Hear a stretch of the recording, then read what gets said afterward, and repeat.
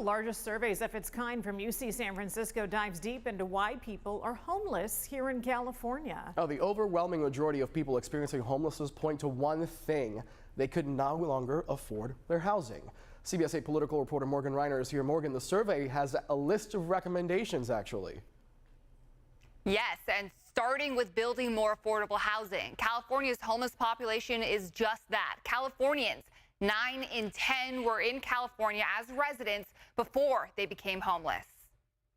I asked UCSF lead investigator Margot Koschel the million-dollar question: why are so many people homeless in California?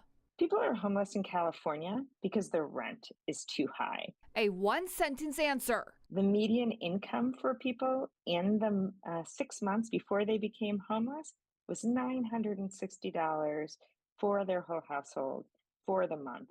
They simply couldn't afford to stay housed.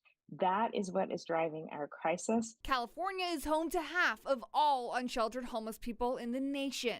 What was really striking was that 45% of everybody was actively looking for work, and they simply couldn't find it.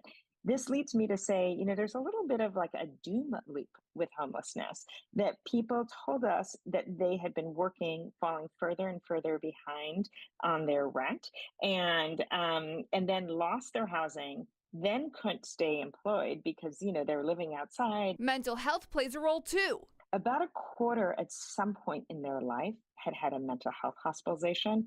Over half of those, the mental health hospitalization had come before their first episode of homelessness. To help with that, Governor Gavin Newsom's administration said today they're putting his previously announced plan for more mental health beds into motion. That would provide support for 10,000 to 12,000 individuals each and every year. The plan would reconfigure a proposition voters passed nearly 20 years ago to allow money already taxed on millionaires to be put towards mental health services.